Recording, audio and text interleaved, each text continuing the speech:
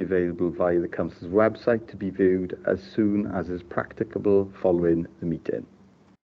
Everyone participating in the meeting will be accessing it either from the Council chamber or from remote locations. Please could everybody ensure that mobile phones are switched off or to silent mode, and I've done that myself. Members will have received an electronic copy of the agenda. I will ask officers to present a summary of the key points. For the record, the agenda can be viewed on the Council's website. Members and officers will be speaking at various points during the meeting, and those speaking may switch their microphones and where remote their cameras on at that point, but I would ask that with the exception of myself as chairperson, at all other times you keep your cameras and microphones switched off, as this will help to minimise any background noise and interference and to ensure the connection remains as stable as possible. Whether in the chamber or remote, if any members or officers wish to raise a point or question, they should press the hands up icon on the screen hand at the top right hand side of the Microsoft Teams window, and I will come to you in the order I receive requests. Please lower your hand once you've finished speaking. The chat button has been disabled for this meeting. Please do not use your microphone until I invite you to do so. Officers from Democratic Services will be supporting the meeting and will be monitoring the use of microphones throughout the meeting, and where necessary will mute those not being used. I would also ask the officers to introduce themselves as and when I invite them to speak during the course of the meeting. Officers too should ensure microphones and cameras are switched off when not in use, please. We will now proceed to agenda business, and first of all we will receive any apologies for absence from members, and all members of Cabinet are present, so there are no apologies for absence, and I can see all members of the Corporate Management Board are also present here this afternoon.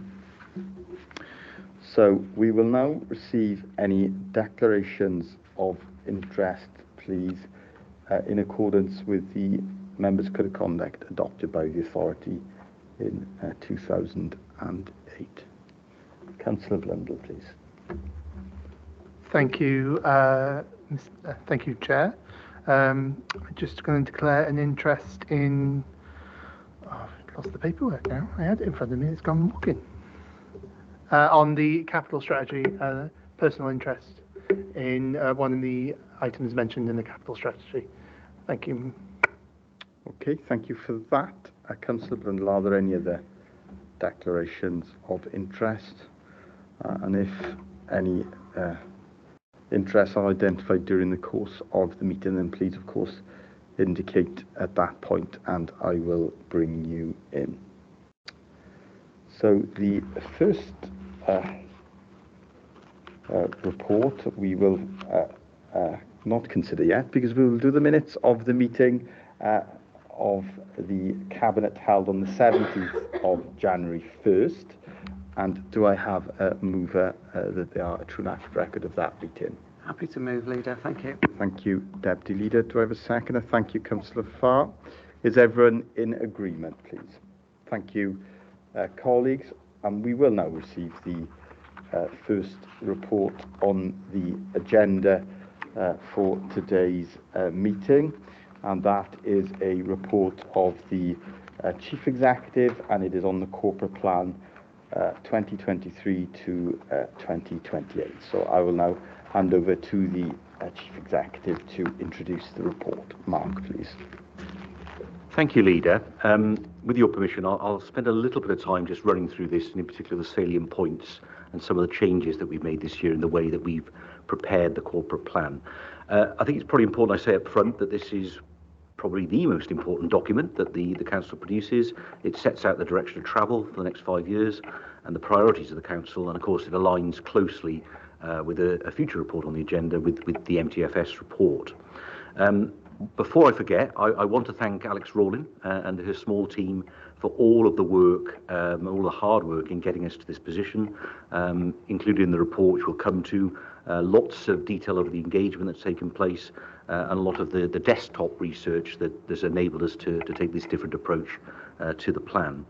I'd also make the point that once it's approved, the actual document will then go to designers and will come out in a different form. So the format, the photographs and the infographics may well be different when it's finalised. I make that point because otherwise we may well get stuck into some of the format questions rather than the actual content questions.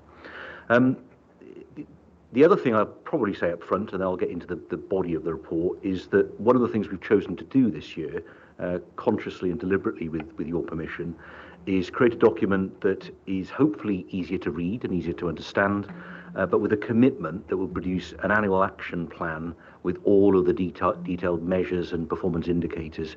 And that's important for a number of reasons. I think it allows the document, as I say, to be more accessible, but it also allows the flexibility that we can potentially look at what we're going to prioritise year on year and potentially change that as necessary. So I think those 3 or 4 things are important that I say up front. If I get to the actual document itself, as you said, the purpose of the report is to provide an update on the corporate plan, but really today we're seeking endorsement from Cabinet with the intention of taking this to Council next week for final approval. And of course it is ultimately a Council document that we would want all members to sign up to and acknowledge and understand. I mentioned the medium-term financial strategy. Paragraph 3.1 talks about the explicit links, as you'd expect. You can't have a document that sets out priorities that doesn't align to the finances of the organisation. What I should also emphasise at this point is there's a statutory obligation for the organisation to set out its wellbeing objectives to achieve the wellbeing goals for Wales. And they're essentially to improve the economic, social, environmental, cultural and wellbeing of Wales, or in this case, of Bridgend. So it's a high-level strategy, and the detail then obviously goes into achieving specifically those goals. In paragraph 3.3, I won't read them out. We talk about the wellbeing goals for Wales as set out in the Wellbeing of Future Generations Act, and similarly we talk about the 5 ways of working within the Act, which we also need to be cognizant of. And just to reiterate, in paragraph 3.5, the corporate plan is the Council's main vehicle for demonstrating and communicating those priorities to local members, but also to local people and to businesses, and also importantly to our regulators. And coincidentally, we had our annual meeting with our regulators this morning, and of course there's a keen interest in what the Council is setting out as its main plans moving forward. If I then move on a little bit, just in terms of the process of developing the plan. In paragraph 3.7, again, I won't read it out.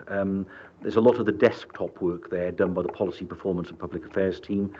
I suppose looking at existing plans to some extent, learning from others, but also looking at data and intelligence and evidence to try and inform and shape what we should be doing. And then from paragraph 3.9 onwards, we talk about the phases of engagement. And this is very much a plan that has effectively been co-produced, which I think is really important.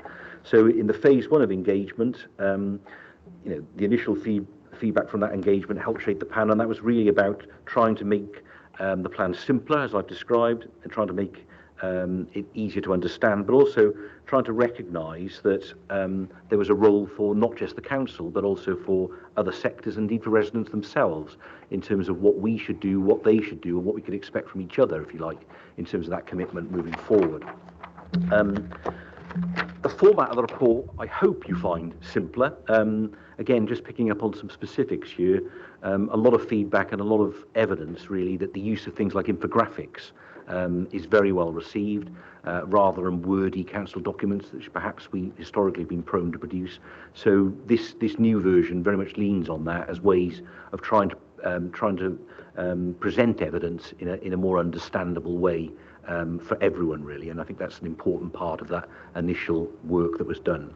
The phase 2 engagement then focused more on specific engagement with different bodies and organisations, including the PSB, the staff survey, the trade unions, and also as part of our budget consultation, and then also importantly with the Youth Council.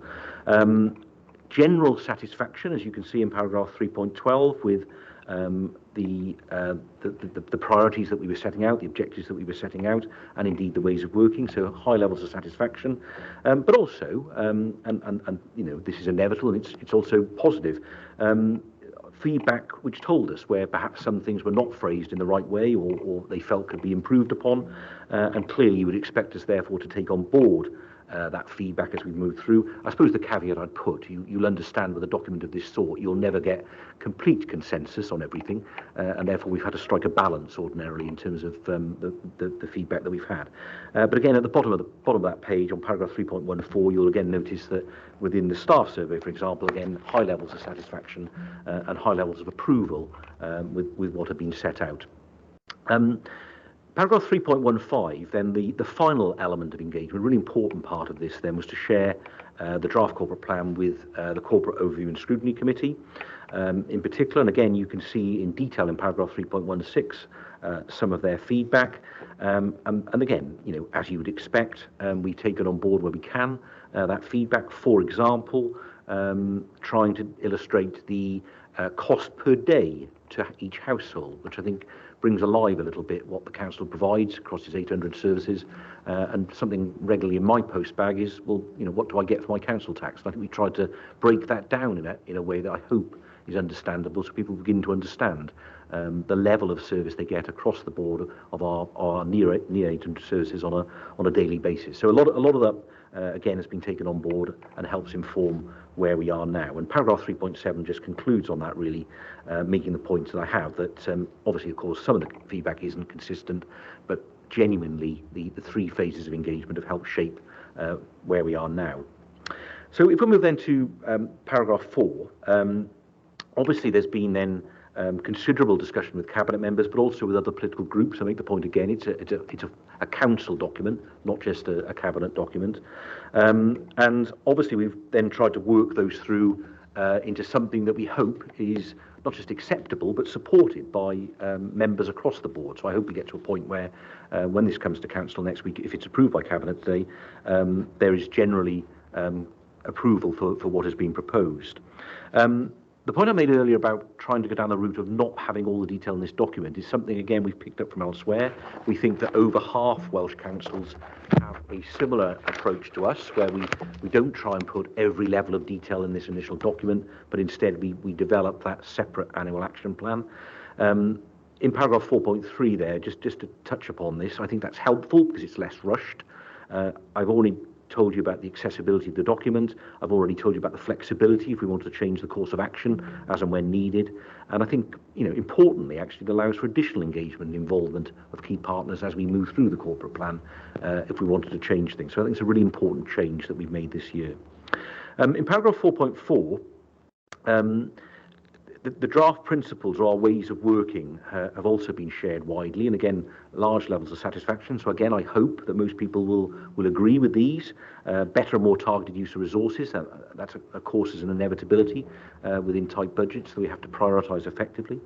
The business of one council working well together with its partners, I would hope would get consensus. Improving communication, engagement and responsiveness. A lot of feedback on this, so this has been explicitly picked up as a key way of working, making sure that we do that much more effectively than perhaps we have historically, so that needs to be an area of focus. Supporting and empowering communities, that's I suppose what I was alluding to earlier, really. Yes, we've got a really important role, but actually so have our communities, so have our residents, so have our partners. That tries to cover that. And then protecting the services that matter most to you is really about, I suppose, an understanding that we can't do everything for everyone, and I know that's not ideal, but we genuinely can't, but therefore we need to be guided, don't we, in a way that we do value and we do support those services that are most valuable to local residents. So really good positive feedback, and hopefully that's reflected in those ways of working which are hopefully supported.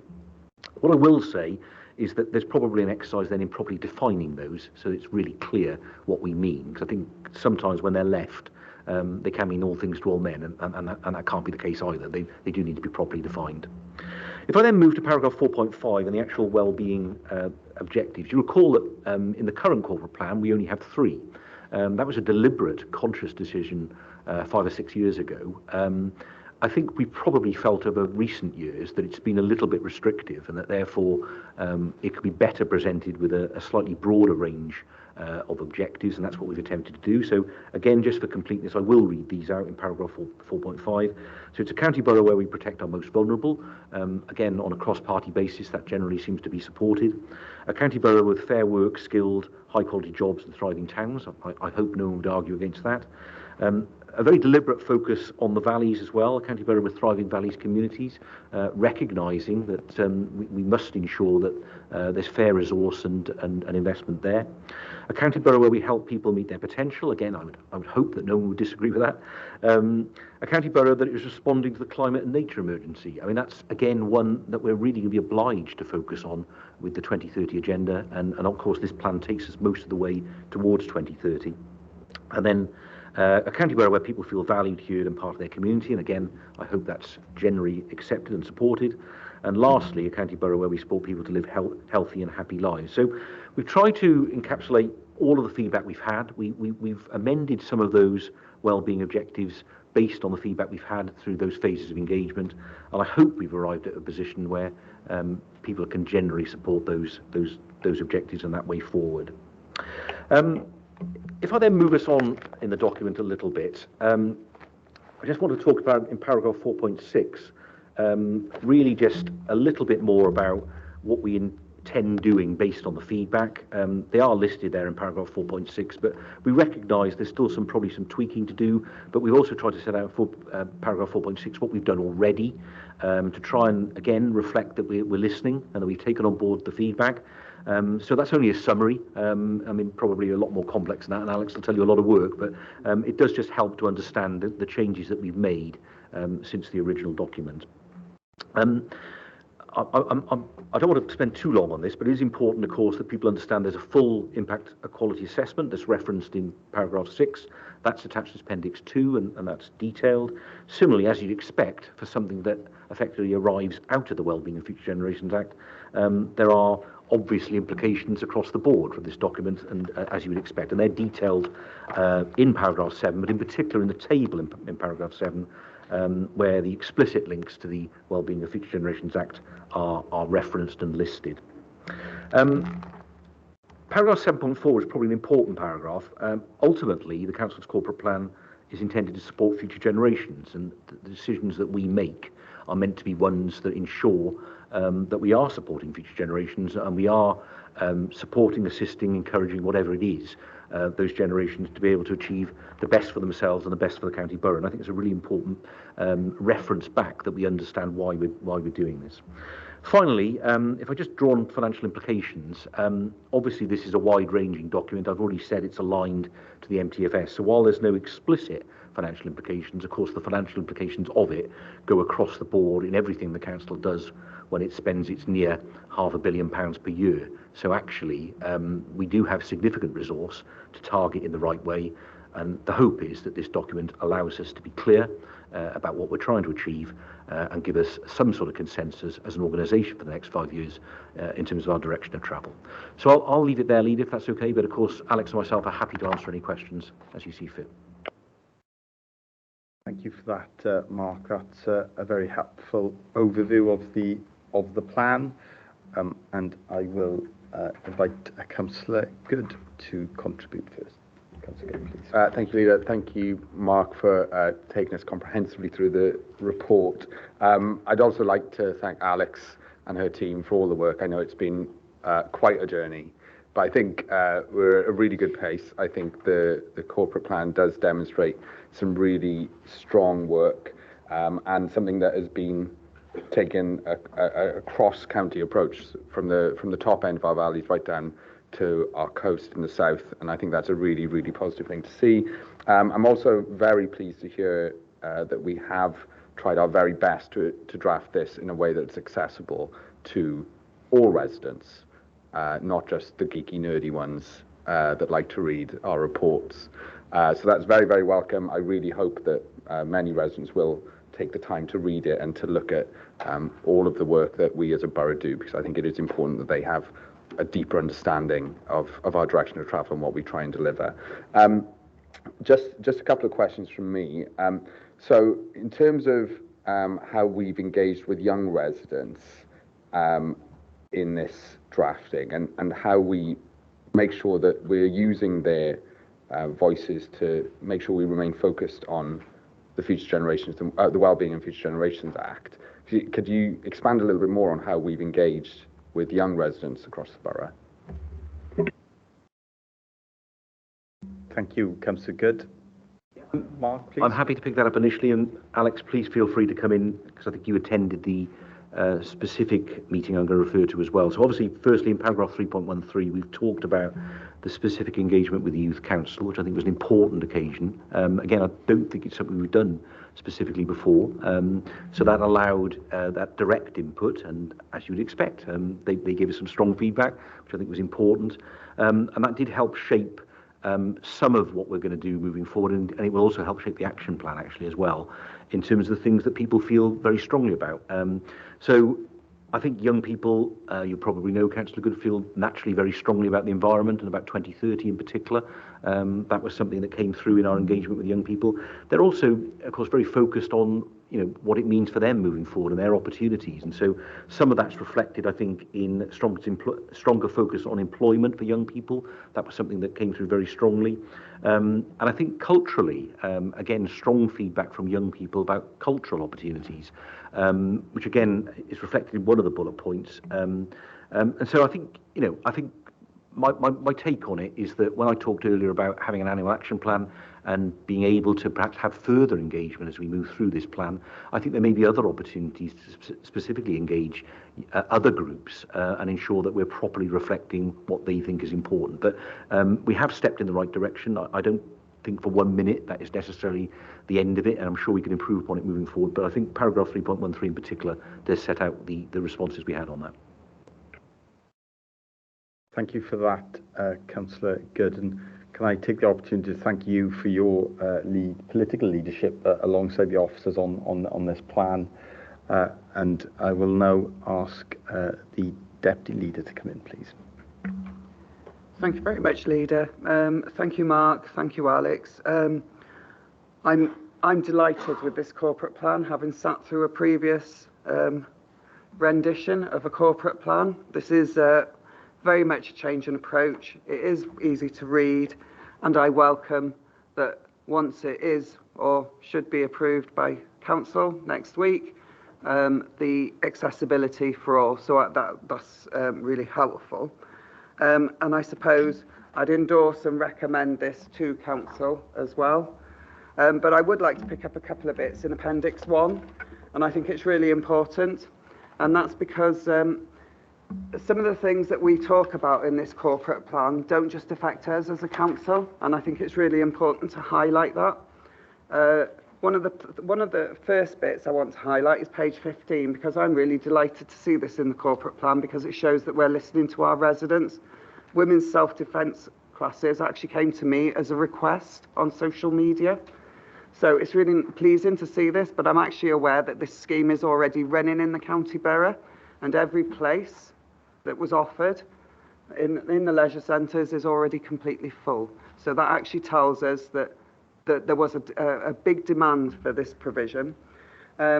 Supporting our unpaid carers is something else that I wanted to pick up. We have an awful lot of unpaid carers, adults and children, within our county borough. It's nice to see them getting some recognition for the unpaid work that they do, saving us on provision, I have to add, because I think that's really important as well.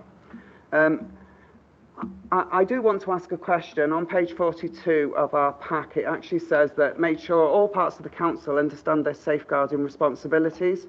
Safeguarding is everybody's responsibility. It really doesn't matter whether it's us as an employer or whether it's other employers out there, but all of our residents as well. And I know it's something that as social services, it's something that we keep picking up and highlighting, and we keep ensuring that residents have access to the information where they would need to report concerns to. And it's really nice to see that we are so independent and well connected with our communities. We've had a lot of engagement in relation to this plan. I think it's really important. It's where they live, it's where they work, and they should have an input into it. Thank you very much, Leader. Thank you for that, Deputy Leader. And I'm sure we'd all echo those words and those thoughts. Councillor Spanzik, please, is next. Thank you, Leader. I'm like you say, it's a great doc. It's great to see this document today, which is a much better way to try and get across to the public what we do as a council, because not many people understand the full range of services we provide. As you would expect me to go on a bit about Communities Directorate, a very small part of the budget, but a very big effect out there in keeping things moving on our roads and our communities. And on page 33, there's a really good little example there where it says we maintain 882 kilometres of road network and 613 kilometres of public rights of way, which is further than distance from Agenda John O'Groats. That just gives a tiny little insight of the extent of the work that's been done within the Communities Directorate. And on page 36, again, a great graphic there showing little boxes of the various expenditure or daily expenditure per household in BCBC, and waste collection, which the majority of the public think that is the big thing they pay for out of their council tax. There we see it at 43 pence per day. And we've got our highways there, street lighting 4 pence a day. Parks maybe is 11 pence a day, street cleansing 7 pence a day. That's a really, really good way. Hopefully people will sort of read some of this and see what's in there and what they're getting for the money. But as you would expect, they go on about the themes. Number 7, priorities. I'm trying to find it on my screen. I'm trying to. Objective 5, sorry, the climate emergency, a nature emergency, something that we're not going to be able to turn our eyes from in the future, and it's going to need a lot of investment to make things to 2030 and beyond.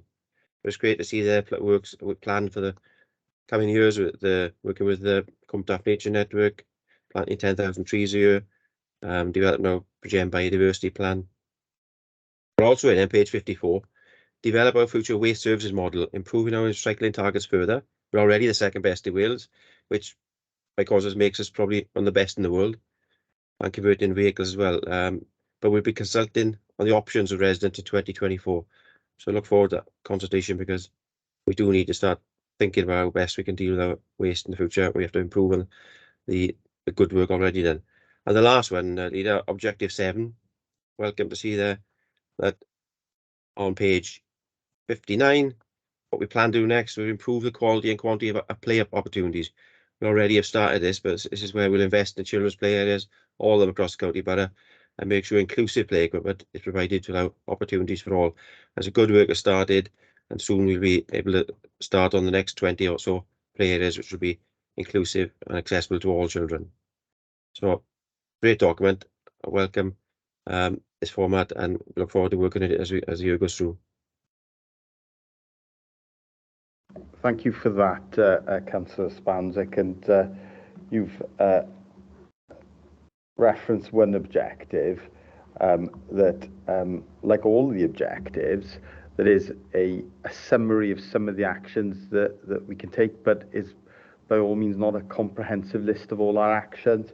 So looking at the plan now, I can see that there's no reference to the, and there wouldn't be, because it's only recently happened, a grant that Arwen Trust have had for extensive conservation works at Bringarrow Country Park.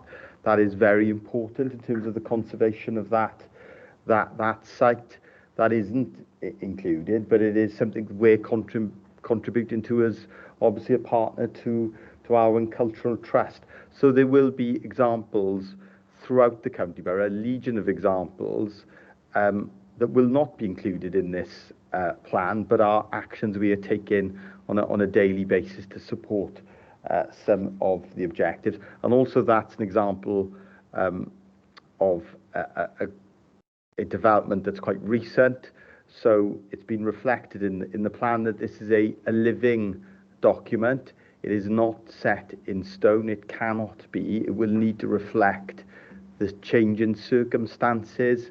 And we know from recent years that those circumstances are changing at a faster pace than they've certainly ever changed before. So when the pandemic hit us, we obviously refreshed the corporate plan in a very significant way, didn't we, Chief Executive, to reflect the different priorities that we had to face. So this is a plan that will continue to evolve.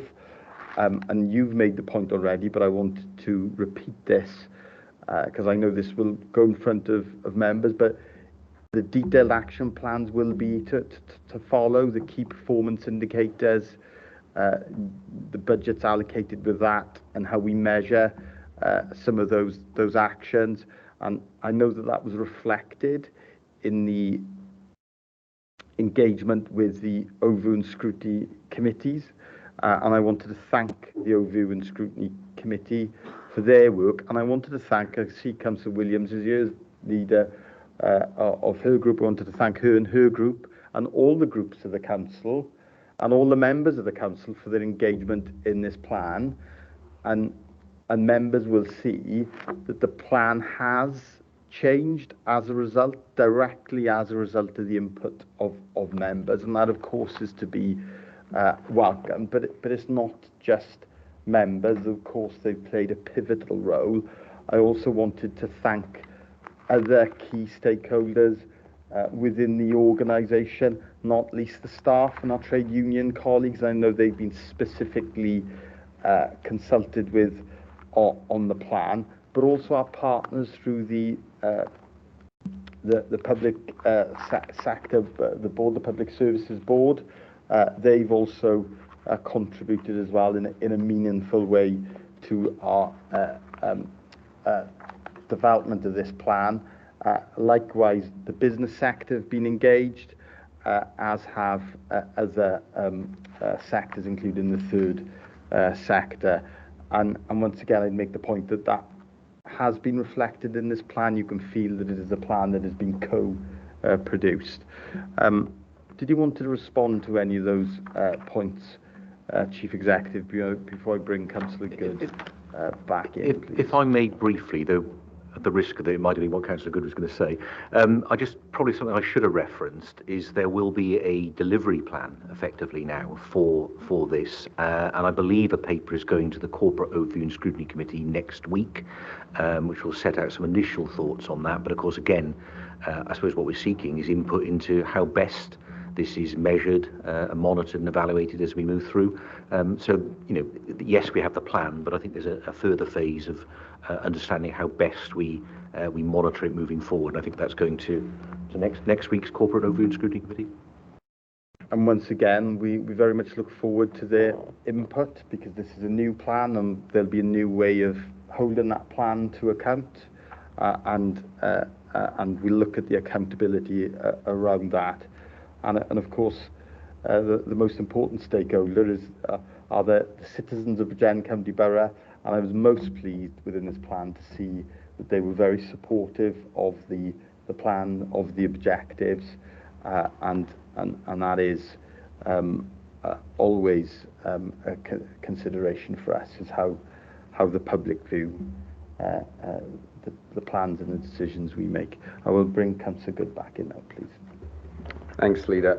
Yeah, and I think the only thing I would add there is perhaps the one group we haven't said thank you to yet is our residents, very explicitly, because I think we haven't always engaged them as well as we could, and there's still a lot of work, I think, to be done in how we engage with our residents. But it is really encouraging, as the leader says, to see the co-creation that's happened with this plan, and I do think that's really positive. I'm glad the Chief Exec mentioned the delivery plan, because I think it is important for all members to understand that while this document is written to be accessible and to give a very clear overview of our ambitions for the borough, that does not mean that it isn't underpinned by an awful lot of corporate priorities, corporate plans, objectives, and KPIs, to use a phrase that will lead us to hopefully be successful on the plan.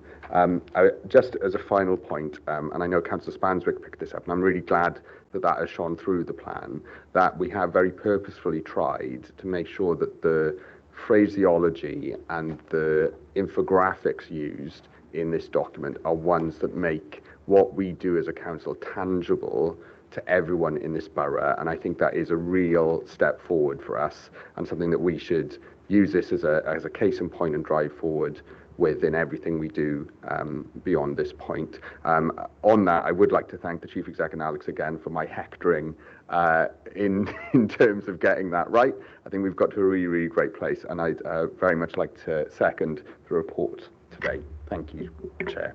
Thank you for that, Councillor Good. And we did take the opportunity when we recently met with the Youth Council, because they played an important role in developing this plan, to thank them for their contribution. And I know they welcomed and valued the opportunity that we gave them, because, as you said, there are many citizens of the county borough that want to play that active part in shaping our future. So that was really heartening to see how engaged they were in the process. So the recommendations have been moved and seconded. Is everyone in agreement with those recommendations? Thank you, Councillor Spanswick. We will now receive the second report on today's agenda, and that is a report of the Chief Officer for Finance, Performance and Change, and that is on the medium-term financial strategy. And I will ask Carys to take us through that report, please. Carys. Thank you very much, Leader. Just for the sake of the recording, I'm Carys Lord. I'm the Chief Officer for Finance, Performance and Change. So the purpose of this report is to present to Cabinet the medium-term financial strategy for the period 2023-2024 through to 2026-2027. This includes a financial forecast for that period, a detailed revenue budget for the coming financial year, and also the capital programme for the period 2022-2023 through to 2032-2033. The corporate plan and the medium-term financial strategy identify the Council's service and resource priorities for the next 4 financial years, with particular focus on the 2023-24 year. The medium-term financial strategy outlines the principles and detailed assumptions which drive the Council's budget and spending decisions. It outlines the financial context within which the Council is operating and tries to mitigate any financial risks and pressures going forward, whilst at the same time taking advantage of any opportunities that arise. The strategy focuses on how the Council intends to respond to the increasing pressures on public sector services, which were exacerbated during the COVID-19 pandemic and immediately following that by the current cost of living crisis. It sets out the approaches and principles the Council will follow to ensure it remains financially sustainable and delivers on the corporate wellbeing objectives. The quarterly reports to Cabinet during the current financial year on the projected revenue position for 2022-2023 have outlined in detail the impact on the budget of the additional cost pressures faced by the Council throughout the year as a result of the worsening economic climate, rising inflation and interest rates. And we've seen these reflected in the rising prices, higher than anticipated pay increases and significant tender price increases for goods and services that we commission. Whilst some of these additional pressures are not recurrent, a number will become core pressures for the Council going forward, and these are reflected in the medium-term financial strategy. The final financial settlement for local government in Wales is not due to be announced until the end of this month. As a result, this budget is being proposed on the basis of the provisional settlement which we received in December 2022. Whilst we do not anticipate any significant change in funding between the provisional and the final settlements, any changes will be reported back to Cabinet at a later date. It's not envisaged that these changes will make any impact upon the council tax.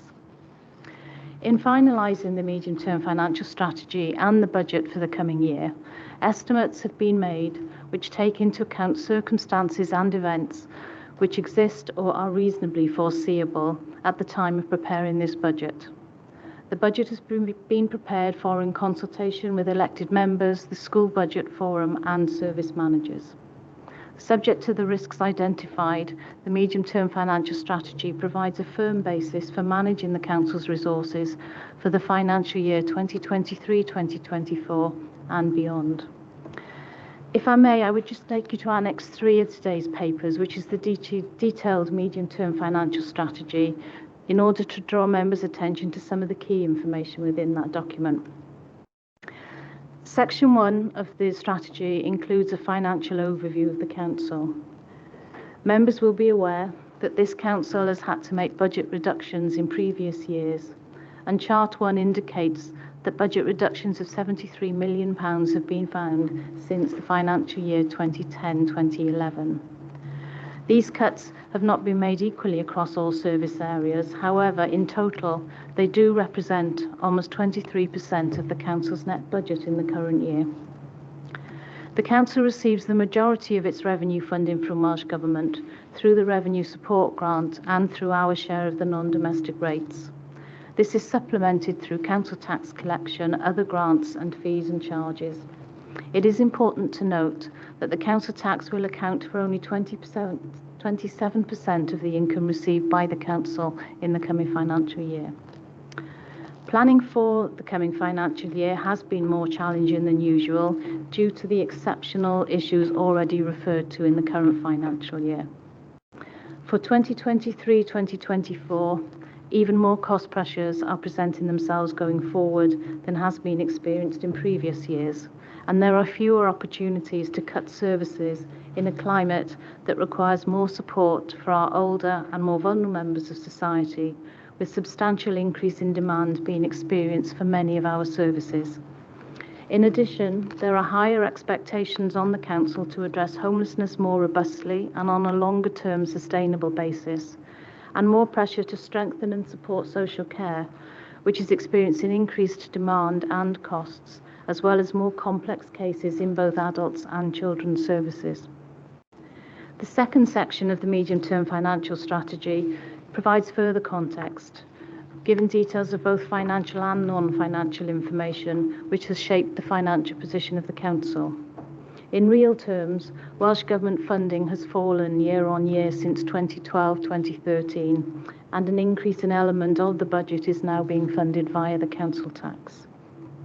As in previous years, further efforts have been made to secure greater involvement of stakeholders in the development of this strategy. And this has included a 5-week consultation with residents of Bridgend, which ended on the 22nd of January this year.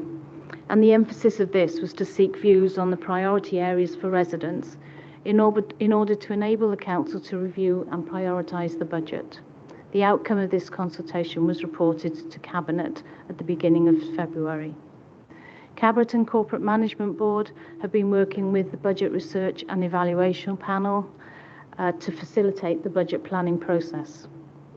And the draft budget reported to Cabinet in January this year has subsequently been scrutinised by the Council's scrutiny committees, resulting in a report to Cabinet on the 31st of January from the Corporate Overview and Scrutiny Committee outlining a number of recommendations. A response to these is provided in Appendix A to the Medium-Term Financial Strategy.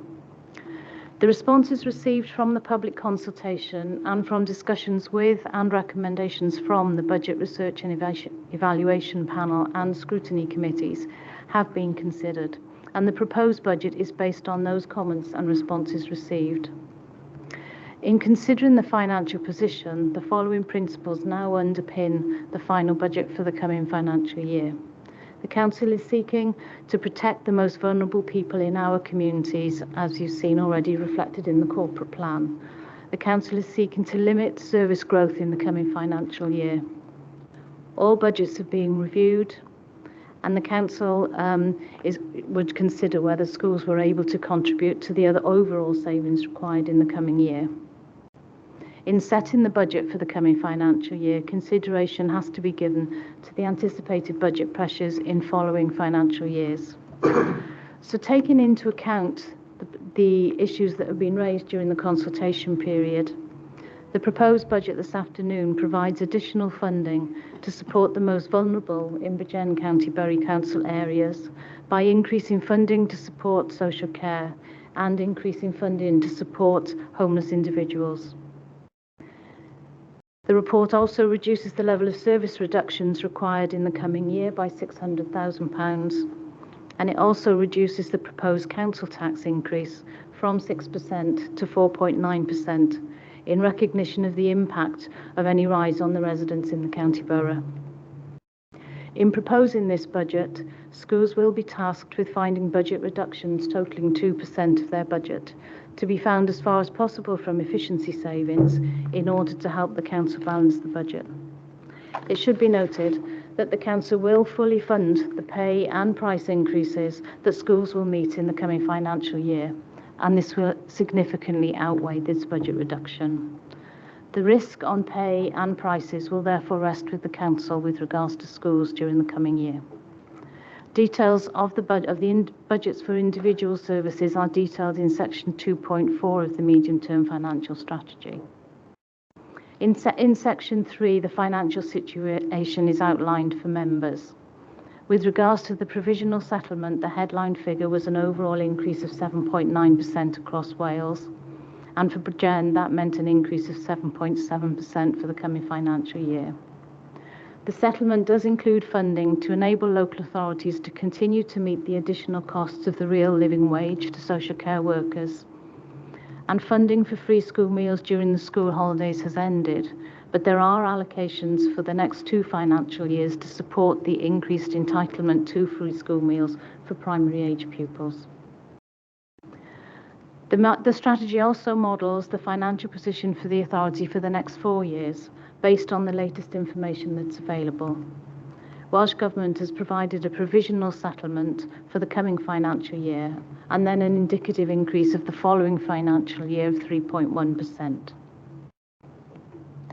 The financial forecasting is predicted on assumptions regarding demographic projections, inflationary uplifts, the impact of new legislation and policies, and increase in staffing costs.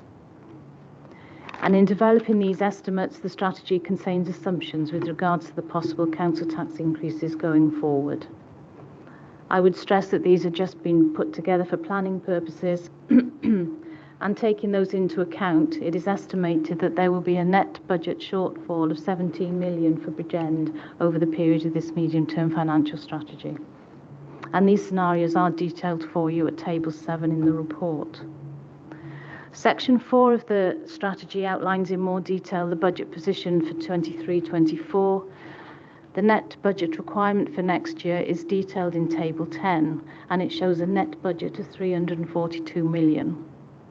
In summary, the key points just to note are that financial pressures of over £25 million are funded for the coming year, which include £14 million to meet pay and price inflation, £2.4 million to fund the increase in the real living wage for social care workers, and then £8.6 million of inescapable service cost pressures, and this includes increased funding to meet additional pressures in adult social services, including increased demand for services and support for older people, increased demand for mental health and learning disability services due to the long-term impact of the COVID-19 pandemic, additional capacity to support children's services to ensure the service can meet the requirements to safeguard children, increased costs of commissioned services in the social care sector, and also increasing numbers of households and individuals presenting as homeless. Inevitably, additional pressures will arise during the year as a result of changes or unanticipated events. Therefore, there is a provisional allocation of £1.3 million set aside for these, whilst further work is undertaken, and funding will be allocated in year, subject to business case approval where necessary. Since the draft budget proposals were considered by Cabinet and scrutinies in January, the changes in the pressures have been to increase the allocation to meet possible pay increases next year, increased allocation to meet non-pay increases for next year, and an increase to the council-wide allocation to meet any new emerging pressures. It should be noted that it has not been possible to fund all of the pressures identified by services for the coming year in balancing this budget. Of the £20 million identified, only £11 million are funded in this proposal. Members can find further details with regards to this in Appendix C of the strategy. In order to balance the budget, reductions have been identified which total £2.6 million, and these are detailed for you in Appendix D of the medium-term financial strategy. These have been altered since the proposals were considered by Cabinet and Scrutiny Committees in January, with the savings required to be met having been reduced by £648,000. Members will also be aware that the South Wales Fire and Rescue Authority is funded by raising a levy on its constituent councils based on population. This is referred for you in the medium-term financial strategy at paragraph 4.1.21. The levy payable for the coming financial year is 8.5 million, which is an increase of 698,000 or 9.25% against the current levy in the current year. As well as the revenue budget, the medium-term financial strategy also deals with the proposed capital programme for the period 2022-23 through to 2032-2033. This 10-year programme has been revised during the financial year to bring it up to date and to take account of new capital schemes as they've been developed through the year.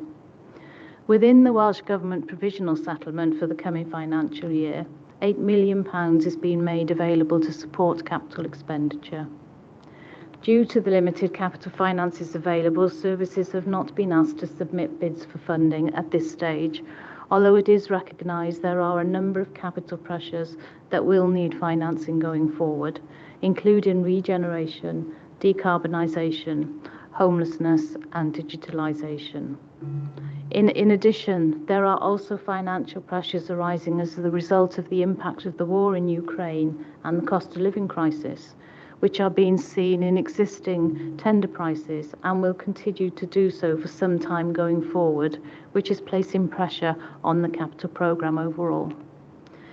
The capital programme contains a number of annual allocations that are met from the total general capital funding for the Council, and the proposed allocation of these for the coming year is shown in Table 13 of the financial strategy. Within today's report, some changes are proposed to the current capital programme, which includes new schemes to be funded, including highways refurbishment, children's playground refurbishment, and an ICT data centre. The report also outlines some proposed amendments to existing schemes within the programme. Any further new proposals for capital funding will be considered in light of and in line with the proposed capital strategy for the period up to 2033 and will be brought back to Council at a later date for consideration and approval. So the revised capital programme is outlined for you at Appendix G this afternoon. An overview of the Council's reserves was undertaken at the end of December 2022 in accordance with our reserves and balances protocol. And members will find a breakdown on the movement of the reserves at the time at Appendix H of today's report. Further movements are anticipated in the final quarter of this financial year, and these are also detailed for you in the document. In line with the reserves protocol, a further review will be undertaken at the end of the current financial year, and transfers will be made at this point, taking account of the overall financial position of the Council, including the final outturn, the actual Council tax collected, earmarked reserve levels, the Council fund level, and any new pressures or risks that may need to be provided for. With regards to the Council tax, the proposed budget of £342 million, shown in Table 10 of the medium-term financial strategy, can be balanced, with an increase in the Council tax of 4.9% for 2023-2024. This increase is lower than the rate of inflation, but is required to enable the Council to meet the significant and unprecedented budget pressures that it is now facing, including higher than anticipated pay, price and service pressures. It does take account of the better than anticipated settlement, but is mindful of the ongoing pressures still facing the Council. The final section of the medium-term financial strategy provides information on the Council's longer-term financial outlook. This is not intended to be a 10-year budget strategy due to the number of variables that impact on our financial position. However, it does provide financial framework to reference against when preparing both annual and longer-term financial plans. So, Leader, if I may, I'd refer you to the recommendations at Section 9 in the covering report, which are that Cabinet is asked to approve the medium-term financial strategy for 2023-2024 through to 2026-2027, including the 2023-24 revenue budget and the capital programme through to 2032-33, and recommend these to Council for adoption. In particular, it's asked to approve that the following specific elements are forwarded to Council for approval. that the MTFS for 2023-2024 to 2026-27 is referred to Council. The net budget requirement of 342 million in the coming financial year. A Band D council tax for Bridgend County Borough Council. The 2023-24 budgets are allocated in accordance with the detail in the medium-term financial strategy, and the capital programme for the period to 2032-33 as attached at Appendix G is forwarded to Council. Thank you, Leader. Thank you for that, Caris, and thank you for a comprehensive report as ever, and a big thank you to you and your team for the hours and hours of work that's gone into the preparation of this budget, and indeed all members of the Corporate Management Board. I know it's been a team effort to reach this stage in the budget setting process. So first of all, bring in Councillor Williams, the Cabinet Member who leads on finance. Councillor Williams, please. Yeah, thank you, Leader, and I'd like to add my thanks to Caris for presenting a very detailed and thorough report before us this afternoon, and also my thanks to Debbie and the rest of the team who's worked behind the scenes on this. This report has been, well, in excess of 6 months in the making. We've had many meetings and spent many hours. I think it would be an understatement to say that this has been a very challenging year. We've come through a very challenging period in local government, actually. You know, we've had Brexit, and we've had COVID, and we've had cost of living crisis. But, you know, we're here now, we're facing 10% inflation. We've got exponential increase in demand for services. And this has been a genuine, you know, one of the worst, or one of the most difficult challenges we've had to produce a balanced budget in my term as a Cabinet Member. What this budget does, it invests 117 million in schools, which is an extra 7 million from last year. It invests 96 million for social care, which is an increase of 12 million. And it invests 34 million in communities, which also is an increase of 3 million. So we've tried our best to balance the needs of the service and to make sure that the service is fit for purpose. And we've also tried to be fair to the council taxpayer. We know we got 64,000 council households across the county borough. We have a council tax reduction scheme which supports the most vulnerable and the low-income households. That's a 16 million pound fund there to support low-income households, and we also want to be fair to those households that are not in receipt of any support. You know, we recognise the pressures that everyone is under. You know, a 10% inflation rate affects everybody. The food's going up, your heating bills are going up, and we are in a difficult position. But what we have done to try and do that, we've worked with the Corporate Management Board to ensure that our services are fit, and we've reviewed all service areas to make sure that we can get best practice and deliver positive outcomes for the residents and people who work and people who visit the county borough. We've been to the Welsh Local Government Association seminars, and we've tried to take best practice from other authorities across Wales, because we're not in this alone, of course. There's 22 authorities across Wales, and we're all facing the same pressures. So we've lobbied Welsh Government, and we are pleased that Welsh Government have give us a decent settlement and a fair settlement that I believe. No, we have our assumptions, and Caris has mentioned we got assumptions going forward, and our assumptions is that we will get an element of lift in our revenue support grant, and Welsh Government have listened to us, and they've tried to support us and protect us the best they can. And then closer to home, then we've worked with the Budget Research and Evaluation Panel. We've had many meetings with them. We've shared with them all the relevant financial data, and they've had meetings with the corporate management team and with cabinet, and we've been able to take on board many of their recommendations, and then of course it goes through the scrutiny process, and so we've listened to them, and this budget actually reflects the recommendations that have come back from that process. We've been out to consultation with the public, and this budget reflects that. And it is, at the end of the day, it's about a balance. It's a balance about being fair to the taxpayer and maintaining a reasonable level of service.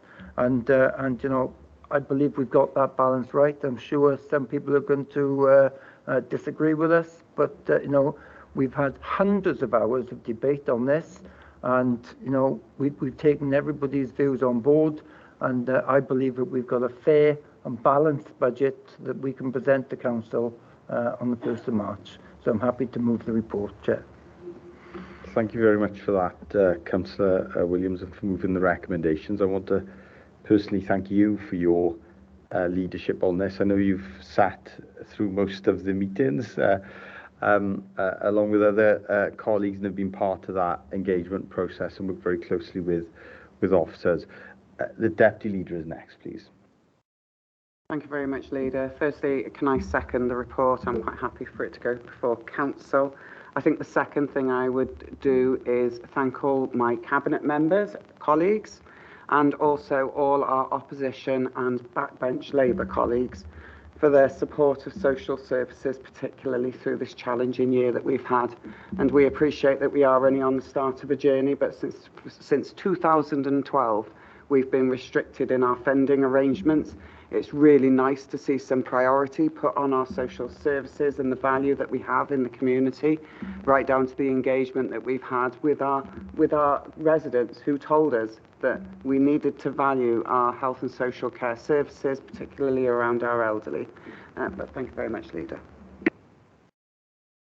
Thank you for that, Deputy Leader. And it is of note that the lion's share of the growth is committed towards social services, over £8 million worth of extra investment in services for children, in services for older people, services for people with learning disabilities, in services for people with mental health. And it's of note, and it's to be welcomed, that there's complete cross-party support for that. I don't think, Deputy Leader, we've had any opposition to that area of growth. And I want to check actually with you as Chief Finance Officer whether there's been any opposition to any of the growth within the budget. None that has been certainly referenced to me and my Cabinet colleagues. And of course, that growth has to be funded, doesn't it, Carson? And when we're speaking about growth, I think for the record, it's important, particularly for new members and members of the public listening, that our pay and inflation growth, and perhaps you can repeat the figure that you gave earlier on that pay and inflation growth, that is unavoidable. So our terms and conditions, as the Deputy Leader will know, given her role on a national stage, are the pay for our workers is set nationally. So once that is set, we have to pay that, and there are increases in the pay that we have to fund, and then we have unavoidable costs, just as every business and household has across the county borough in terms of energy costs. And I know that the energy costs alone are between £6 and £7 million more than they have been. So that is a significant increase in the budget. So there are big three areas of growth in the budget, and I think it's important that we remember that when we're talking about setting a balanced budget, because with that level of growth in the budget that is supported, then that has to be funded. That has to be funded. I will bring in next Councillor Spanzik, please.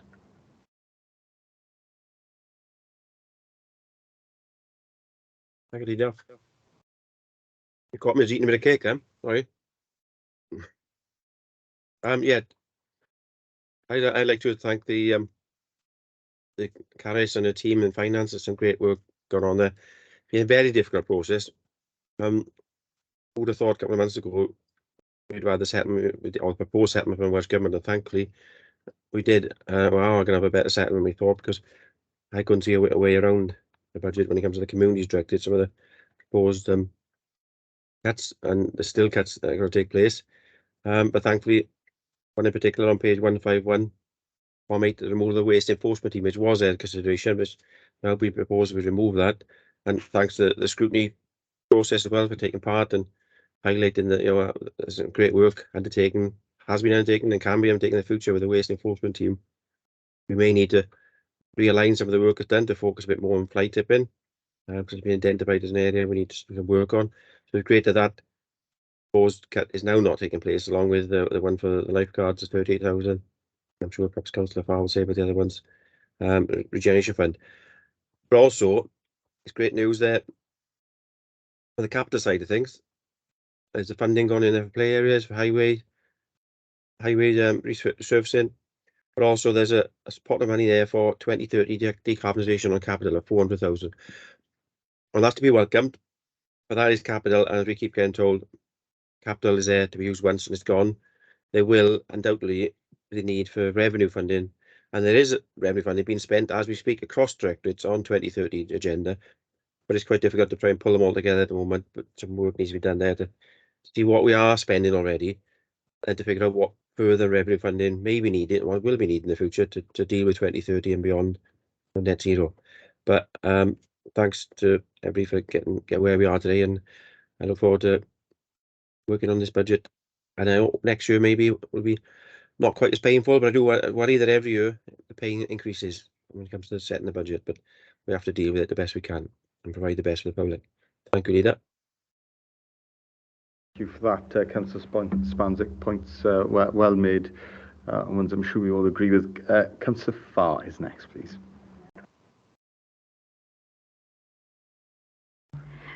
Thank you, Leader, and thank you, Keris. I mean, I can't imagine the amount of work that's taken for you to do that, produce that report, to produce that. It's like Councillor Spanzik said, you know, community seems to be hit most every time there is a budget around. We were hit quite a lot last year, we've been hit again this year. But I'm really, really pleased, and I really want to thank the scrutiny committees for supporting us to keep the fund for the strategic regeneration fund and the RNLI fund. So thank you to the scrutiny committee, because I think it was their work that kept that in there. So thank you. Yeah, and once again, I wanted to reflect on the cross-party nature of the development of this budget. There was very clearly a message, and we've seen that in the formal recommendations, but also the contributions that I'm sure we all heard for ourselves in the overview and scrutiny committee meetings. There was a opposition to the proposals to withdraw the subsidy for lifeguards on our beaches. That proposal has now been withdrawn. There was concerns about the potential loss of funding for our waste enforcement service. That has now been withdrawn, and there was, of course, questions and concerns about the loss of funding for regeneration, given the value of regeneration across our towns and our valleys, and that was withdrawn also. I wanted to thank the members from across the chamber, Labour members, members of other groups, of all our groups actually, and members of no groups.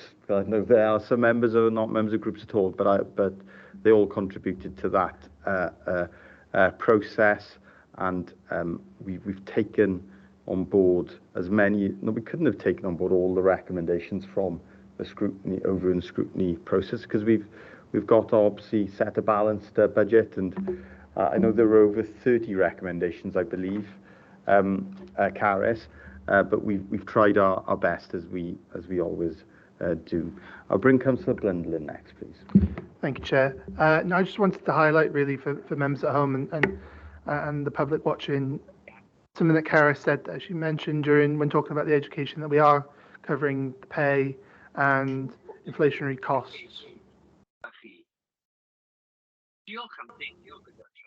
York indeed, yes. If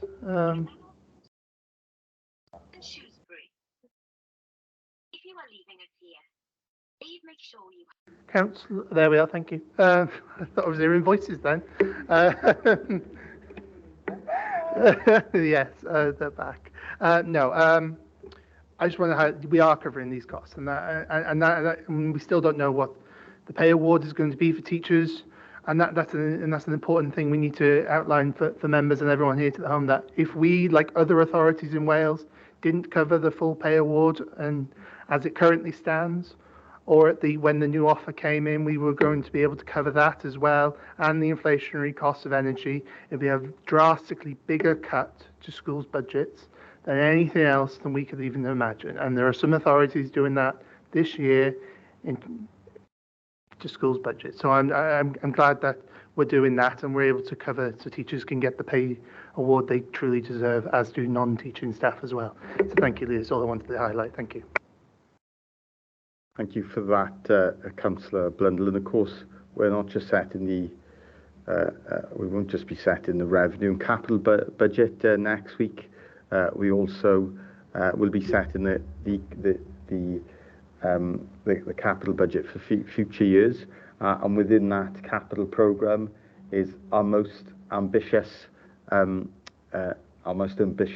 modernisation programme yet, of over £68 million of investment in our new schools, new replacement special schools for Heronsbridge, a new relocated and expanded Welsh medium, the biggest Welsh medium primary school we'll ever have at Brackler in Bro Ogw, the replacement and relocation of Ddachos Sgêr, and of course the relocation or the rebuilding and renewal, I should say, of Mynydd Cymfig in Kemfig Hill, as well as a new English medium primary school in Canelli. So there's investment there within the programme. So, okay, Councillor Good is next, please. Thank you, Leader, and I would also like to thank Caris and all of the corporate directors and all the teams, because I imagine it's been every single officer across this council who've worked extremely hard to get us to where we are. I think as colleagues have reflected on in their own ways, in their own portfolios so far, what we've tried to deliver here as a cabinet is a budget that, even though we're in tough times, delivers for people across this borough and delivers well-being for people across this borough. And I think that's something we can be very pleased about, that even in the toughest times, we have worked extremely hard, and I know Councillor Williams particularly has worked extremely hard to make sure that we aren't having any unthought of consequences as we make these difficult decisions. I think that is really, really important to reflect upon. I know from my own brief particularly, we're obviously facing a lot of challenges within homelessness and the impact then that has on social services and other services across the borough. And I am pleased to see that we are reflecting that in the budget and we are maintaining funding there as those pressures increase, and I think they will only increase over the next few years. But the fact that we are able to house the people that need housing in our borough, I think is very pleasing. And while we try and build more for future needs, I think that's very good. I would just also like to reflect on the fact that we are maintaining our libraries and our leisure facilities across the borough, not just in our town centres, but across our valleys communities as well. And I think that pays testament to our partnership working with colleagues in Halo and in Arwen, who have delivered remarkable value for money for us over the last few years, and have allowed us to maintain high quality leisure and cultural footprint across the borough that I think is and should be the envy of a lot of other boroughs in South Wales, because I know these are high energy environments. They take a huge amount of money, and they have been really impacted by COVID and a reduction in the numbers. It's really pleasing to see those numbers rebounding, and I'm really glad that we are able to work in partnership with them to deliver on the general well-being of our populace, because I think we all are aware that these sort of facilities mean that people who might be on the edge of needing support, whether that's through social services or in healthcare, are kept away from those services, and make sure that we aren't having an even deeper impact on our health boards and our hospitals and our GPs. Thank you, Leader. Thank you for that, Councillor Gurdon. Wholeheartedly endorse your point around the importance of early intervention and prevention in that wider sense that is, of course, underpinned by our investment in some of those services, whether it be leisure centres or libraries. Deputy Leader, please. Thank you very much, Leader. I just have a couple of questions, please, for Carys. And they're quite simple, really. So we keep talking about our schools budget here today, and we're very conscious of the furore around the settlement that we're proposing for schools. Can you tell me if there is any other support available for schools as we go through the year? Because I'm conscious that they get grant funding for all sorts of things throughout the year. And it might not be you, it might be Lindsay that is able to answer it more fully. And I suppose the other question that I would have is, do you think that we'll be able to deliver on all of our capital programme for the year going ahead? Thank you very much, Leader. Thank you for those questions. Carys. Oh, Lindsay, please. Thanks, Leader. Thanks, Deputy Leader. I'll pick up the schools question. Yes, there's a range of different measures, as you'll be aware. And again, I think the important point here is to look at there's a range of factors that obviously affect school budgets. Is pupil numbers is obviously a large one. It's grants going forward with the Welsh Government, and also retrospective adjustments that exist from year to year. Now, as part of the work we do with schools, obviously we work very closely at where they are with their budgets, and members will be aware that a significant number of schools have got surplus budget positions at the moment. And obviously we work very closely with them just to make sure within our financial scheme for schools that that's managed effectively, whether in surplus or within deficit. When a school does move into deficit, the support we will provide them then in line with our financial scheme for schools is to make sure that the deficit recovery plan is drawn up. We work very closely with myself and Carys's team then with individual schools to make sure wherever possible efficiency savings can be created and the budget balances in good time. Generally speaking, we anticipate a school will recover within 3 years, and most schools do that, and we do have the ability to extend that recovery period longer if necessary. So a range of features, range of support mechanisms in place. But again, due to the fact of the current budget positions across all schools, obviously it is a variable position, and we'll obviously address and support schools individually based on their individual circumstances. Thanks, Deputy Leader. Okay, thank you for that, Lindsay. Carys, please. I'll pick up the question on the capital programme. Thank you, Leader. I mean, the capital strategy later in the agenda outlines for you what hurdles, if you like, schemes have to go through before they are actually accepted onto the capital programme. So the service putting forward any proposal needs to look at it in detail. They need to be clear of what it is that scheme is delivering. They need to assess the risks associated with it. They need to look at the budget requirements, and also any possible revenue consequences there may be as a result of building that asset or whatever the capital spend is on. And a key one is the timescales for delivery as well. So prior to it actually coming into the capital programme, all that work is done. And then you'll know that once the schemes are in the programme, we monitor them very closely. So Cabinet and Council receive very regular updates on the capital programme. And the effect of doing that is actually we can pick up any changes quickly and take any mitigating actions that we need to ensure that the capital programme can be delivered. Some of these things, though, do relate to things that we're experiencing with the economic climate. So outside of our control will be things around bottlenecks in supply chains, escalating costs and workforce issues that a number of contractors are currently having. But I think we do have a good system in place to make sure that we monitor that, we pick it up as soon as possible and work as hard as we can to deliver on, what the Leader has said is a significant capital programme. Thanks, Carys.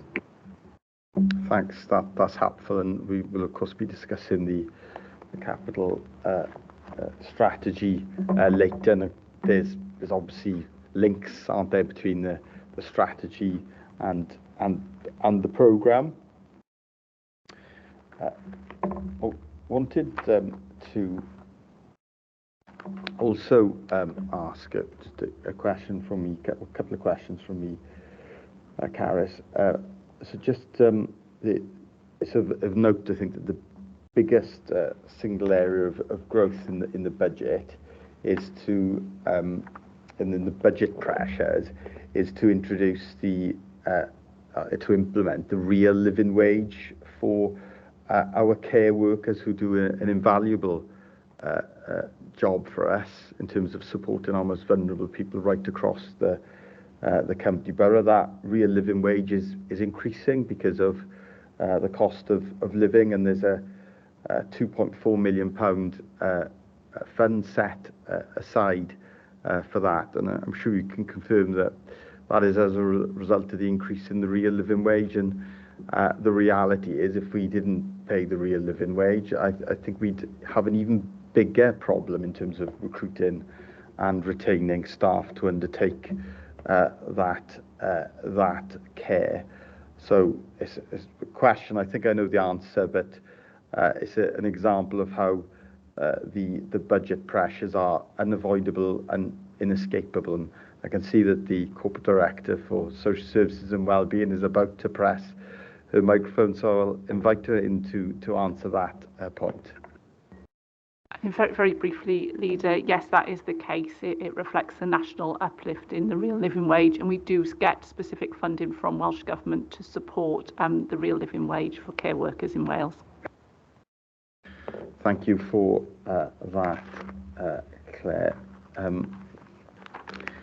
The other question I wanted to ask, and I know that we've obviously lowered the council tax increase, and once again that has been in response to the consultation with the public.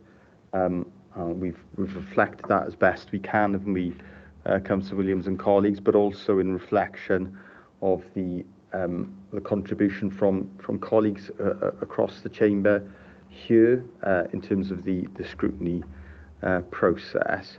I wanted to ask if any alternatives have been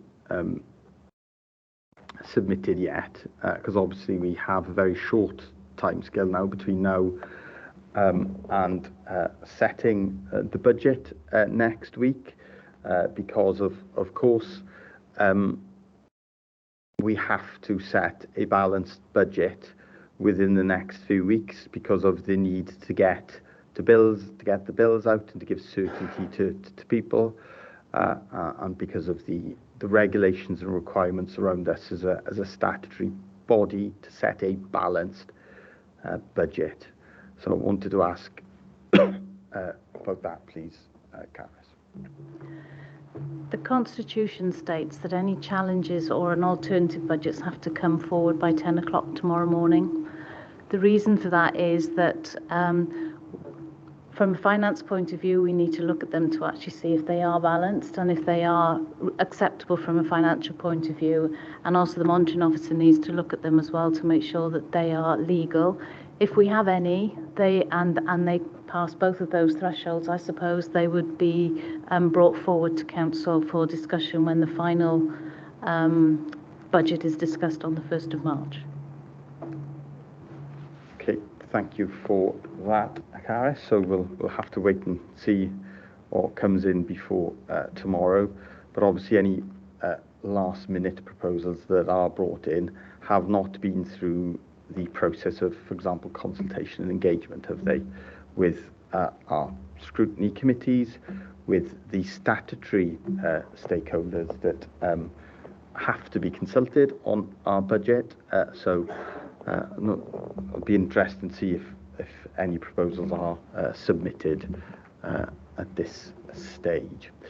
Okay, well, the recommendations have been moved and seconded, and excuse me, and I'd like to put it to the vote now. Is everyone in agreement with the proposals? Thank you. Colleagues, and thank you to everyone that's been part of that process for the last number of months. We will now move on to the capital strategy for 2023 to 2024 onwards. And I will ask the Chief Officer for Finance, Performance and Change to present this report. Thank you, Carys. Thank you, Leader. As you said, the purpose of this report is to present to you for consideration and approval the capital strategy for the year going forward. We are required as a local authority to determine a capital strategy, which demonstrates that the authority takes capital expenditure decisions in line with service objectives and properly takes account of the stewardship, value for money, sustainability and affordability when making these decisions. Just to say that this strategy must be approved by full council, and the proposed strategy for the period 23-24 through to 2032-33 is attached for you at Appendix A of this report. The strategy sets out the Council's plan for capital expenditure, how it is to be funded over the coming 10 years. In developing long-term investment decisions, it is crucial that these decisions are based on clear information, including a long-term plan of management plans. Where capital investment is needed to deliver the Council's priorities, this strategy is the framework that the Council can rely on to develop a clear, consistent and informed process in undertaking capital investment decisions. The document is presented as an integral part of the Council's budget and policy framework. It links with the corporate plan, the Treasury Management Strategy, the medium-term financial strategy and also the Council's asset management plan. There are 13 principles which drive the budget and spending decisions of the Council, and 3 of these refer specifically to the capital programme. And these are that capital investment decisions are in alignment with the capital strategy and mitigate any statutory risks taking account of return on investment and sound options appraisals. That prudential borrowing is only used to support the capital programme where it is affordable and sustainable and within the Council's overall borrowing limits and the revenue budget over the longer term. So to reflect on this, the capital strategy is based on the following principles. Capital investment is focused on the delivery of the Council's wellbeing objectives and priorities. We ensure strong governance over decision making for things to come into the capital programme. We ensure that our plans are affordable, sustainable and prudent. And we maximise and promote the best use of the available funds that we have. The plan details how any proposed investments in land and buildings will require the completion of a full feasibility study to evaluate the practicality of the capital project and to assess its deliverability before the Council invests time and money into that project. The strategy notes that there are a number of significant areas that will need financing going forward, including economic recovery, decarbonisation and homelessness, and also digitalisation and coastal defences. As reported to Council throughout this financial year, there are also other financial pressures arising as a result of the pandemic and Brexit, which are being seen in existing schemes, and it is anticipated that this will continue for some time going forward. The pressures include the supply chain difficulties leading to higher prices and delays in schemes being completed.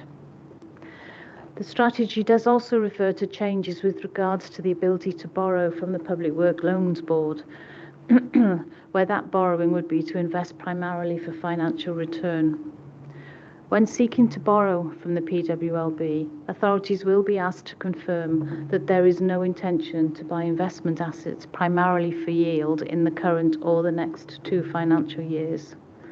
Whilst this does not preclude the Council investing in commercial activities, investing for assets solely for yield would prevent us from being able to access money from the Public Works Loan Board.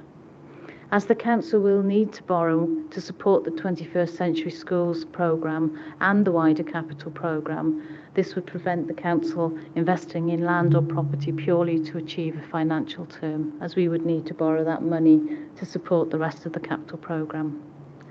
Major capital projects require careful management to mitigate the potential risks which can arise, and the effective monitoring, management and mitigation of these risks is a key part of managing the overall capital strategy. In section 3 of the strategy, details are contained which outline the robust process in place to approve, manage and monitor our schemes.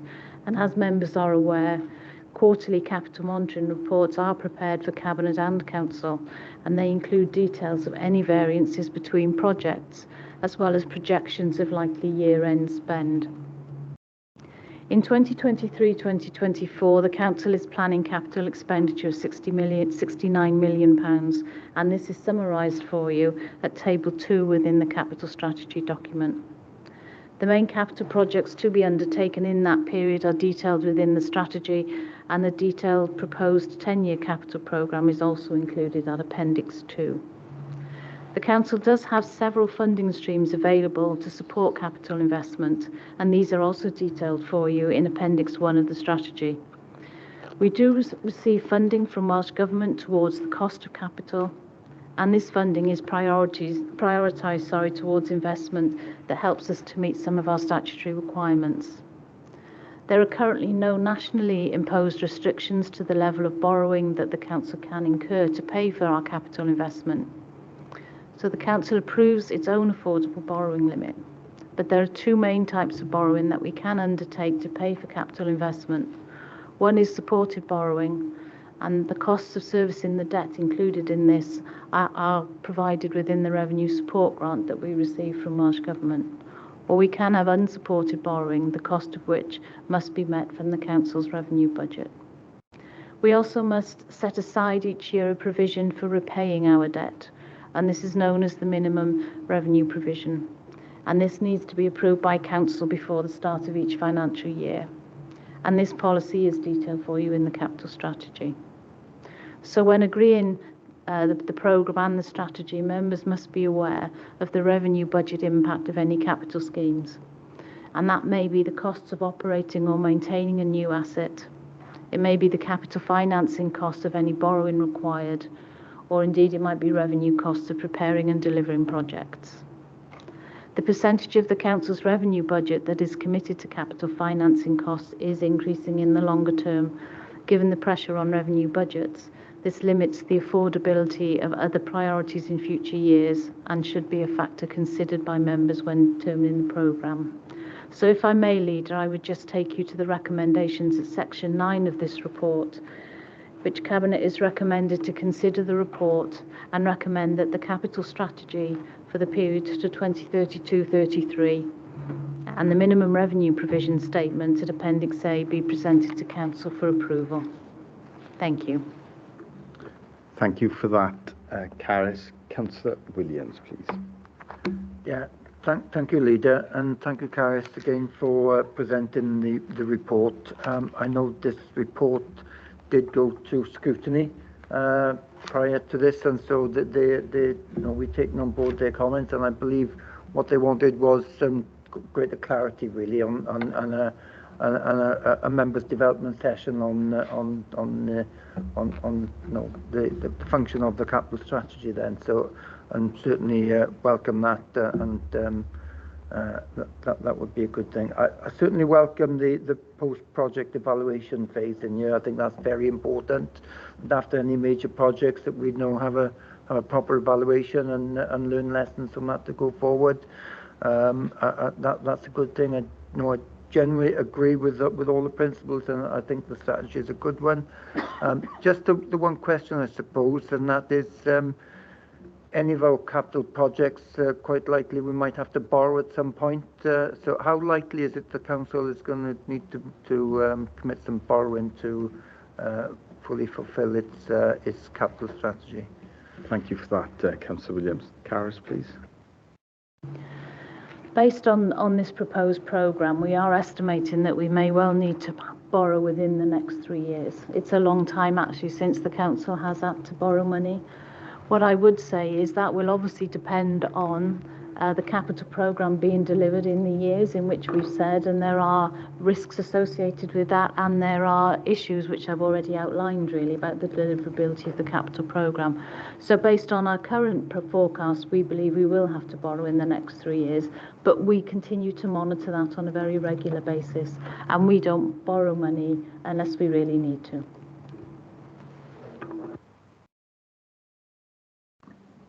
Thank you for that, Councillor Williams. Councillor Blundell, please. I thought it was Councillor Spanswick next, but that's fine. I'll go in. I just wanted to reiterate the point that the leader had, like he was reading my notes in the previous item. He'd spoken, but it is important to highlight. You know, we have a very our 21st century schools project is massive going forward.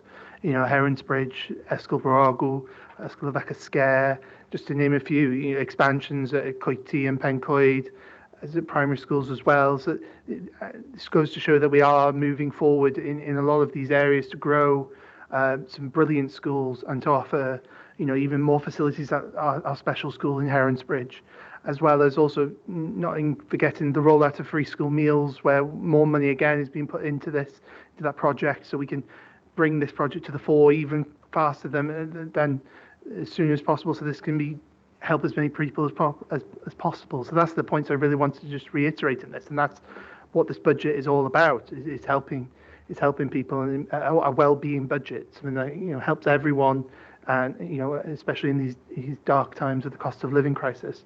So even on our capital strategy, we are working to help the least fortunate in our society and everyone. So thank you, Leader. Thank you for that, Councillor Blundell, and apologies for making you wait, Councillor Spanswick. Well, thank you, Leader. Problem. I'm waiting patiently. And I just appoint me patient. It's a comprehensive report, lots of detail in there, but there's some really great photographs in there. I'd just like to highlight on page 219 examples of the great work that's been taking place with accessible playgrounds for disability. It shows the play area in Hela Goedwig, Porthcawl, which has an accessible platform for wheelchairs to get up to interact with children of all abilities.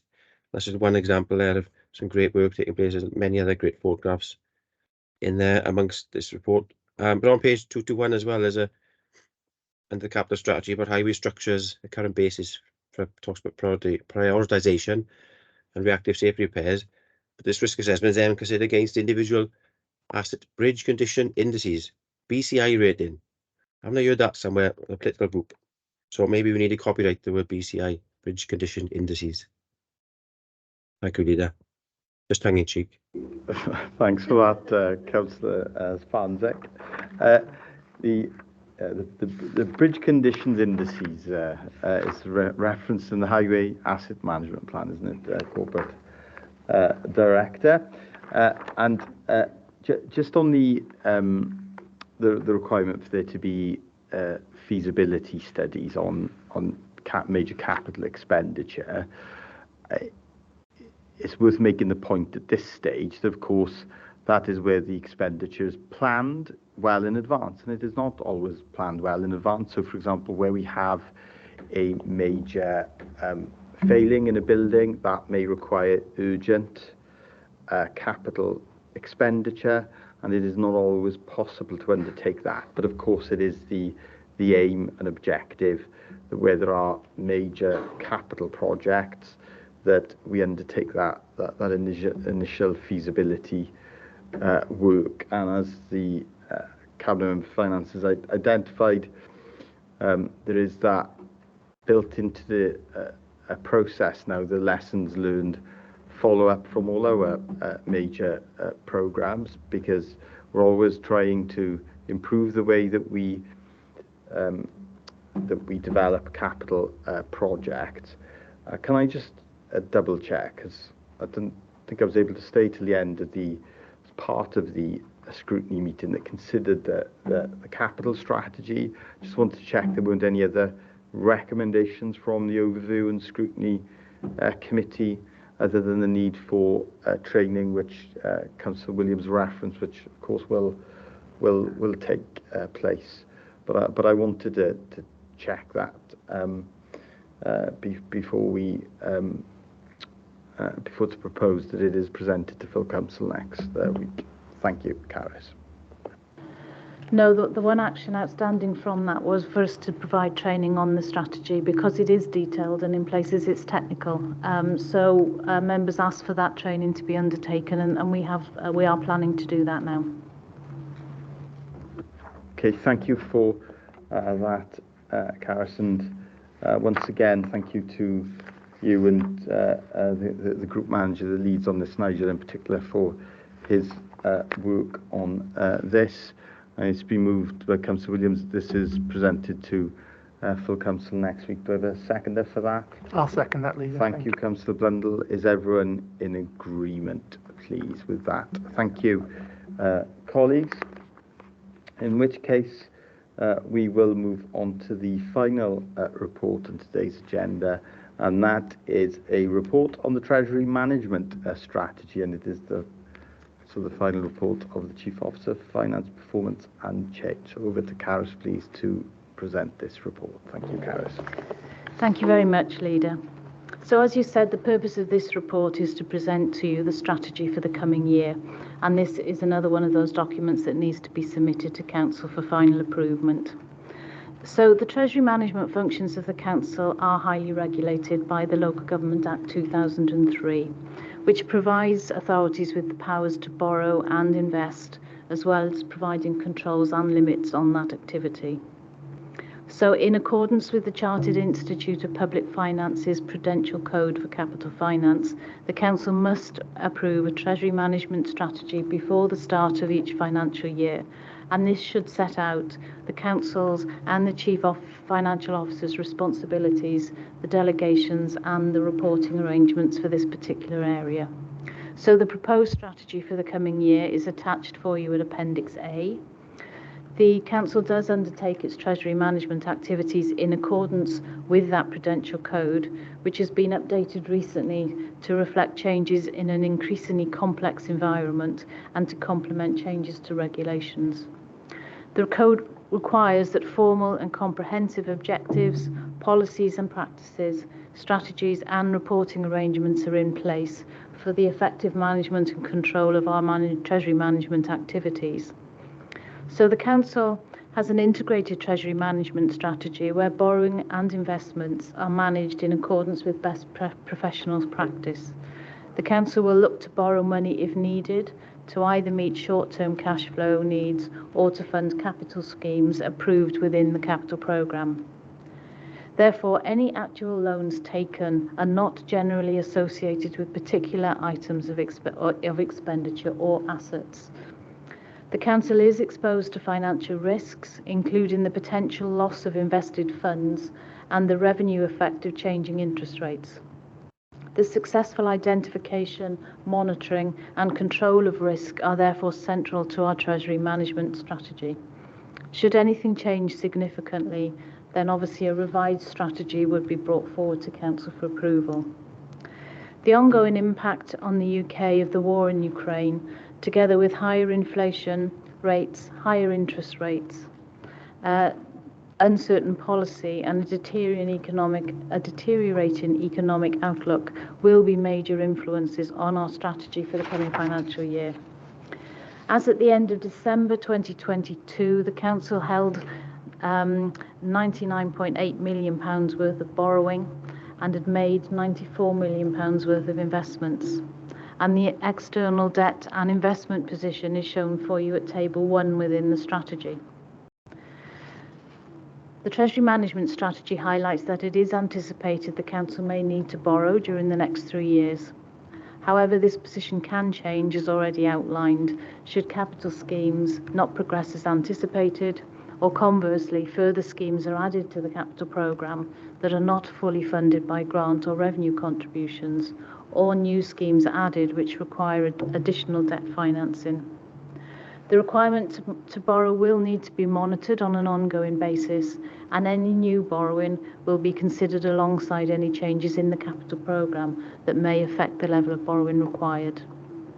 When borrowing money, the Council's primary objective is to get an appropriately low risk balance between securing low interest costs but also achieving certainty of those costs over the period for which funds are required. The strategy outlines that the major objectives for the Council with regards to the coming year will be to minimise the revenue costs of any debt, to manage the Council's debt maturity profile so that not all of our debt comes due for renewal at the same time, to reschedule debt if appropriate, and also to optimise the use of all capital resources, including borrowing, usable capital receipts, revenue contributions to capital and grants. In November 2020, the Treasury issued revised lending terms for Public Works Loan Board borrowing by local authorities. And the Public Works Loan Board is a major source of any borrowing that this Council would undertake. Under these new requirements, as the Section 151 officer, I would be required to confirm that the capital expenditure plans do not include an intention by this authority to borrow to invest primarily for financial returns. And I can confirm the Council doesn't intend to invest in this way. As outlined earlier, at the end of December, the Council had made £94 million worth of investments. The Council's main objective when investing money is to strike this balance between risk and return and to minimise the risk of incurring losses from defaults and the risk of receiving an unsuitably low investment income. The Council may invest its surplus funds with approved counterparties, and these are detailed for you at Table 6 of the Treasury Management Strategy. The table also details the time limits and upper financial limits that will apply to each of these counterparties. I would just draw your attention to the fact these have been changed this year from last year. We've had comments when this has come to Council and when this has gone to Governance and Audit Committees, and as a result we've lowered the amount that we will place with any one local authority and also reduced the length of time over which we will make those investments. This is to minimise any risk that we may have from that particular investment. So during 2023-24, Council will continue to receive reports as required in line with the requirements of the Code of Practice. So this would include an annual Treasury Management Strategy, which is what you have today, a mid-year monitoring report, and then an annual Treasury Outturn report. So if I can, Leader, I would now just refer you to the recommendations at Section 9 of your report, which is that Cabinet is recommended to consider and recommend that the Treasury Management Strategy be presented to Council for approval. Thank you. Thank you for that, Carys. Councillor Williams, please. Yeah. Thank you, Leader, and thank you, Carys, for presenting the report. And can I also thank Nigel Smith, our Chief Accountant, for leading and presenting on the Treasury Management Training Day that we had recently. Thought it was very well structured and comprehensive, and covered off all the essentials, and it was quite well attended as well, wasn't it? It was a good training session. Not really many comments on this, but obviously we do have when we manage money, we have money sometimes that are a receipt of a sale or whatever, and we do need to invest it. Can I just have assurance, I suppose, because assurance from the 151 officer would be kind of more weight than assurance from myself that this money is held securely and it will be returned to the authority when we need it. Carys, please. Yeah, no, thank you for that question. Obviously, we have £94 million invested, and it's a very reasonable question to ask, is that safe? I have to say our main objective when we are placing money anywhere is that it will come back to us and that it is safe.